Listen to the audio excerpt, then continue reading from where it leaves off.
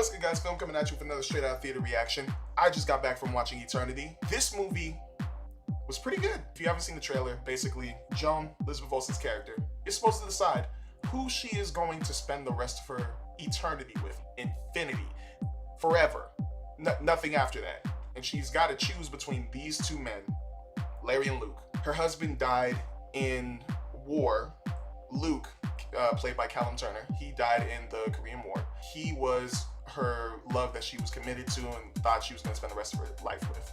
When he died, in comes Miles Teller's character, Larry. And Larry is the person she spent the rest of her life with before she eventually died.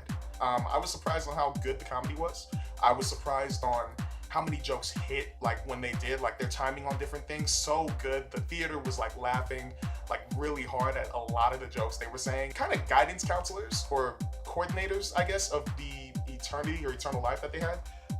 Anna and Ryan, played by Divine Joy Randolph and John Early, were very, very funny characters in this movie. Like, very funny. Like, I thought they were gonna be really annoying and a little bit extra for a second, but all of their jokes and when they did talk actually fit, like, with what was going on. Like, it fit the mood. It was like placed at the right time. It wasn't like they were trying to steal the spotlight. It was just, they were just super funny. I loved them. And they drove the whole vibe and feel of what was going on in this movie. But it really touched on a really good point on what true love really is. And I really liked that. And I liked how it had reasonable reasons to test that. Like with Joan, I just liked how, like, even when she's choosing, it's not like it's too ridiculous because it really is like eternity. Like, her trying to choose between these two makes sense. She has one person who she thought she was gonna spend the rest of her life with, and then he died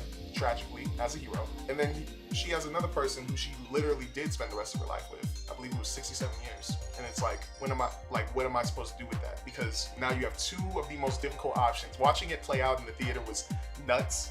Like, I felt so bad for her, but also there were kind of annoying times when I was kind of like, I mean, I understand this is reasonable, but at the same time, it's starting to get a little bit on my nerves. Just a little bit. It was. Only because, you know, at the start, it was like, okay, this is pretty funny, and then later it was like, choose already. Just choose. And maybe it's because only I'm not going to spoil anything, but I predicted, like, I was talking to some friends, and I told them what I thought was going to happen, and it, like, verbatim, what I said exactly happened in the movie. I was on the money, and I wish I bet on that.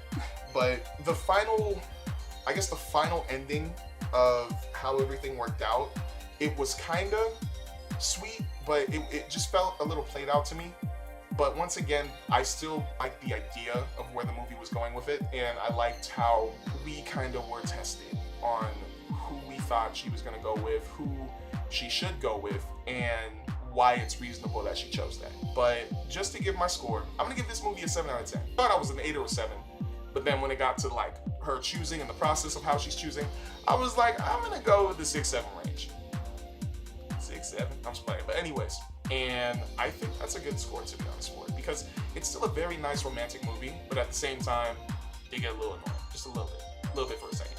But either way, I think people are going to like this movie, especially if 1, you like romance, 2, you like unique ideas, and 3, because it's Elizabeth Olsen playing a sweet old lady. Like, she did a really good job as a sweet old lady. Like, you know, once you see the first scene, you'll understand what I'm trying to say. Especially her verbiage and her words, the way she was enunciating it or something. It was very, you could tell that, like, 1, it's the current her, who's a little older, a little bit more, you know, like, I got back pain and all that. And 2, it was just nice to see Miles Teller and Callum Turner going back and forth trying to compete for it. It was funny. But I liked it.